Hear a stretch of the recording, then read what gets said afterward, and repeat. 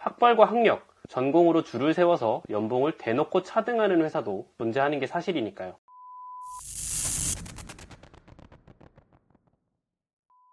항상 언급될 때마다 논쟁이 뜨거워지는 주제지만 최근에 모 커뮤니티에서 다시 한번 점화가 되어서 며칠째 많은 대화가 오가고 있네요. 이번 영상에서는 개발자를 채용하는 관점에서 학벌과 학력, 전공이 어떤 영향을 끼치는가에 대해 이야기하려고 합니다. 예전에 이와 관련해서 블로그에 글을 썼었는데요. 이 영상에서는 조금 더 좁은 관점, 채용을 하는 입장에서의 이야기를 하려고 합니다. 본론에 앞서서 일단 짚고 넘어가고 싶은 부정할 수 없는 사실이 하나 있어요. 아직까지도 학력과 학벌에 대한 차별을 하는 사람 혹은 기업은 실제 하고 있고, 실무진이 아니라 인사팀과 임원 위주로 프로세스가 진행되는 전통의 기업들에서는 여전히 그 영향력이 작지 않다. 이 두 가지 사실입니다. 아예 분당에 있는 모 기업처럼 학벌과 학력, 전공으로 줄을 세워서 연봉을 대놓고 차등하는 회사도 존재하는 게 사실이니까요. 그래서 본인이 학벌이나 학력 등에서 아쉬움이 있다면 이 두 케이스에서는 확실히 상대적인 페널티를 가지고 있다라는 점입니다. 이런 것들을 저도 옳다고 생각하지는 않아요. 하지만 구직을 하는 우리의 입장에서 이런 불편한 사실들도 제대로 파악을 하고 있어야 본인에게 맞는 객관적인 구직 전략을 세울 수가 있으니까요. 이번 영상에서는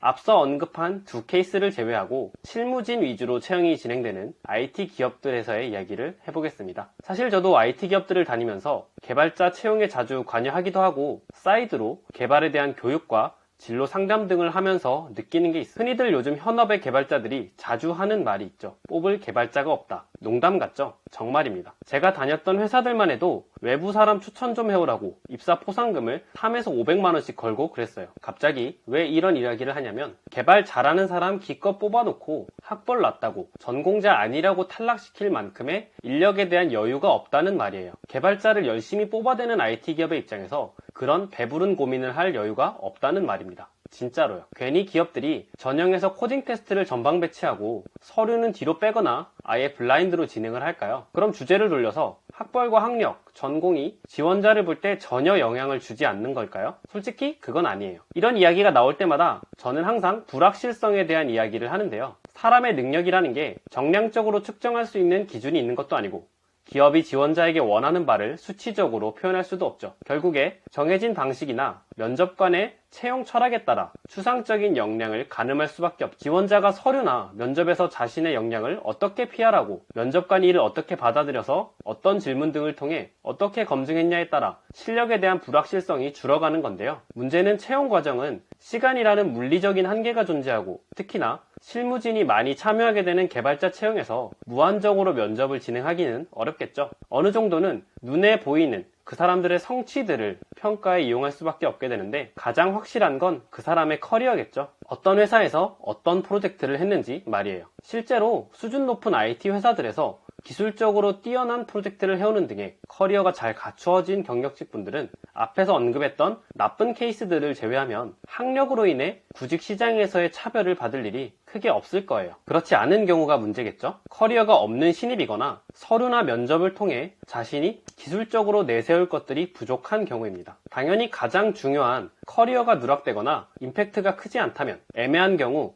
그 사람에게 보이지 않는 포텐셜에 기대하게 됩니다. 물론 이는 그 사람의 태도나 회사와의 핏도 있겠지만 커리어 외적인 성취를 볼 수밖에 없겠죠. 대학교에서 배우는 CS 지식들은 기술이 고도화될수록 더 중요해지는 게 사실이고, 그 외적으로 어느 정도 그 사람의 성취도나 노력을 확인해 볼 수 있는 수단인 건 사실이니까요. 실제로도 순전히 실력만으로만 뽑아도 좋은 학교 전공자가 더 많이 분포해 있다는 상관관계는 현업을 해보면 부정할 수가 없기도 하고요. 다만 이를 단순한 학력에 대한 차별이라고 볼 수 있냐에 대해선 전 부정적입니다. 수치적으로 표현할 수 없는 그 사람의 역량에 대해 판단할 기준으로서 활용을 할 수 있다는 거니까요. 그렇다고 전혀 직무랑 관련도 없는 성별, 나이, 출신 지역 등을 보는 것과 같은 차별이라고 말하기는 어려워요. 상황을 하나 가정을 해볼게요. 3명의 후보자가 있고 모두가 경력이 없는 신입인데, A는 고등학교를 갓 졸업했고 B는 비전공학과를 나와 3, 4개월의 커리큘럼의 학원을 졸업했습니다. C는 괜찮은 대학의 컴퓨터공학과를 졸업했어요. 시간상 단 한 명만 전형을 진행하려고 한다면, 다른 모든 조건이 동일하다면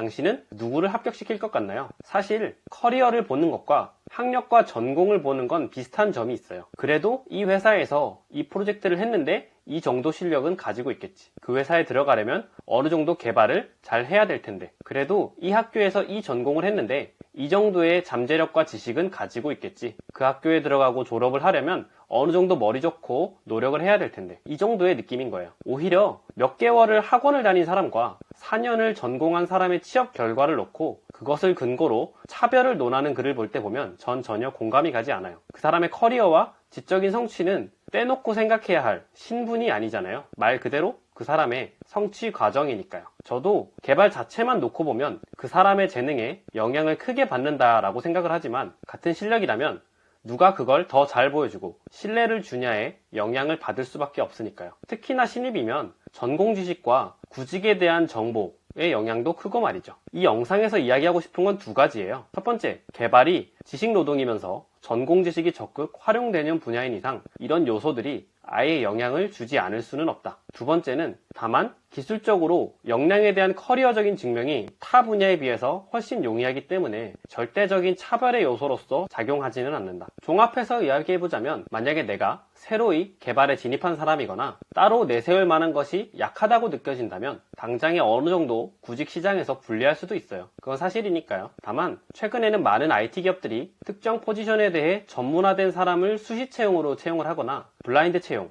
혹은 서류보다 다른 전형을 앞에 두는 것으로 더 개발적인 실력 위주로 채용 구조들을 개선을 해나가고 있고 1에서 3년 정도 커리어적으로 증명을 하면 그 후에는 온전히 실력만으로도 이겨낼 수 있는 분위기라는 겁니다. 제가 직접 아는 지인들 중에 정말 개발 잘해서 개인적으로 존경하는 분들이 몇 분 계신데 그분들 중에는 고졸이나 야간대를 졸업하셨거나 지방대를 졸업하셨거나 비전공자이신 분들도 계세요. 다 좋은 회사에서 대단한 처우들 받고 개발자로 일하고 계시고 제가 물어봤지만 그분들 입에서 본인이 졸업하고 처음 구직할 때를 제외하고 실력으로 차별받아 보았다는 이야기는 들어보지도 못했어요. 가능하면 실제로 그분들도 차례로 모셔서 인터뷰에서 이야기를 해보고 싶습니다. 오늘 영상은 구직의 관점에서 학벌과 학력 그리고 전공이 어떤 영향을 주는지에 대해 이야기를 해보았는데요. 다음번에는 배우는 입장에서 대학과 전공이 어떤 영향을 주는지에 대해 이야기를 해보려고 합니다. 구독과 좋아요를 해주시고 응원해주세요. 제가 예전에 썼던 블로그 글은 영상의 설명에 링크를 걸어두겠습니다. 시청해주셔서 감사하고 의견이 있다면 댓글로 남겨주세요. 감사합니다.